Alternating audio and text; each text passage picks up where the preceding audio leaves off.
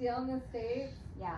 Oh, I'm really sorry to take away the suspense, but I'm American. And I know it's pretty hard to tell by the everything about me. Yeah. But I do hail from Minnesota, the frigid tundra of the Midwestern United States that most people forget actually exists.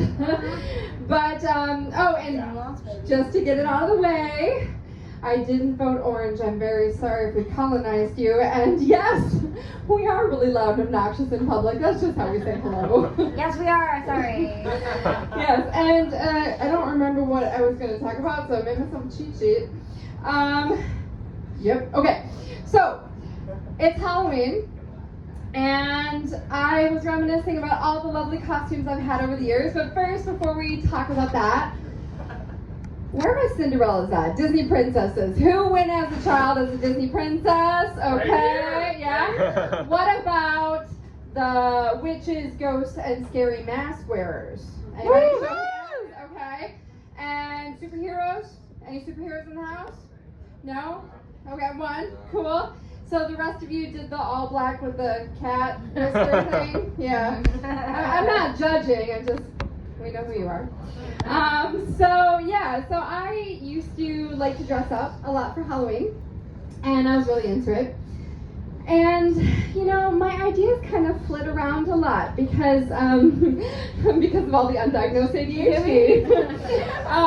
But, you know, it's fine. So my first costume was actually a butterfly, which I think is really appropriate for a small child with undiagnosed ADHD. I think I actually was going as the embodiment of ADHD, but I didn't know it for 37 years. That's another story for another day. And then my second costume was an apple tree, because what says spooky more than pretty little fruit on a delightful little tree? And then continuing with my tree theme, for some inexplicable reason, I went as a stunningly decorated Christmas tree. But you know what? Yeah. Who doesn't love Hello Thanksmas? It's pretty much the best holiday ever because you get treats, turkey, and your drunk racist uncle who is a creationist and doesn't believe evolution's a thing. You know, joke of the night. Just the magic of the season.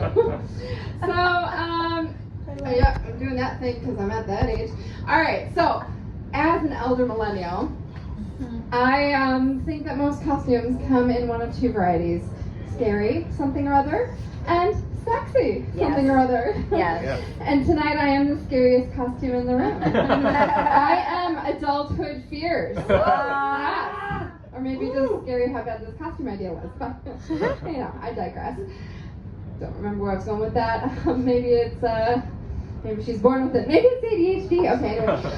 So, costumes, yes. All right, so one year, I couldn't figure out what I wanted to be, and my mom was stressing, so she grudgingly decided to choose for me. And after stressing and stressing, she bestowed her punishment on me. I mean, her costume. It was a penguin. Aww.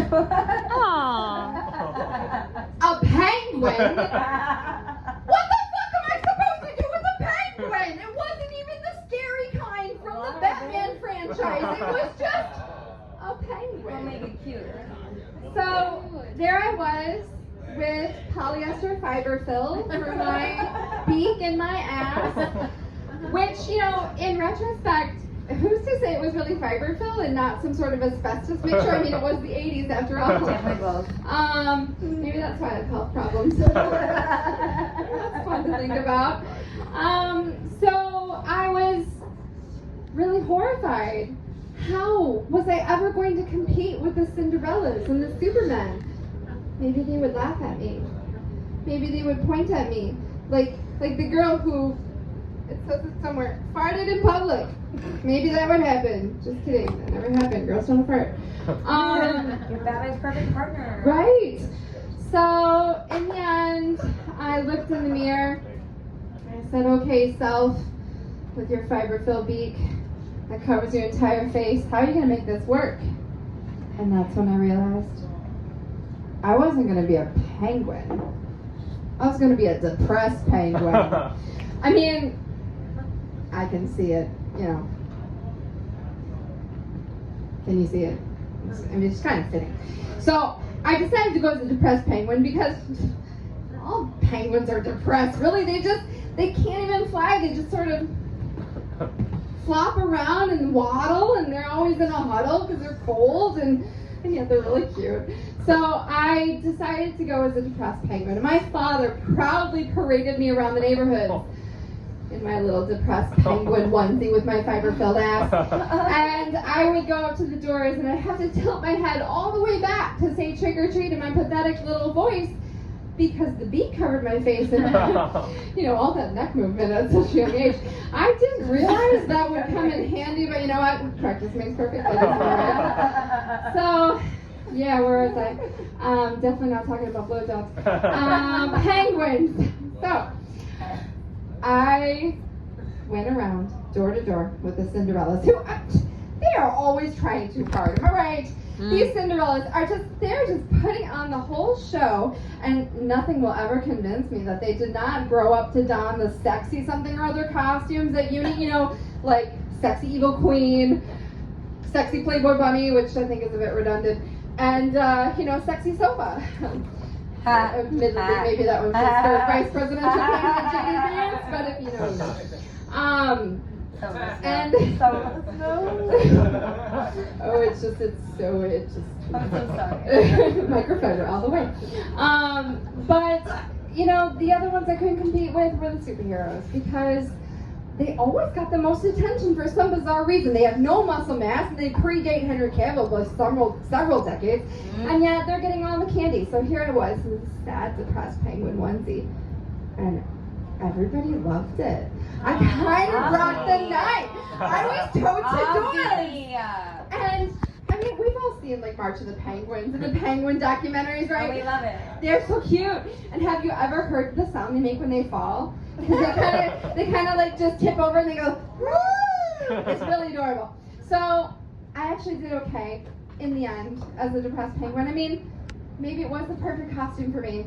Bravo. Maybe penguin is my spirit animal.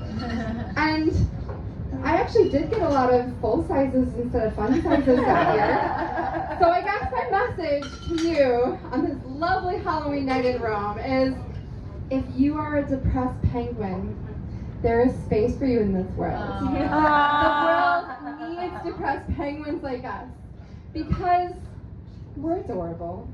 And also, if anybody wants to give me candy, I'll still take it. Thank you.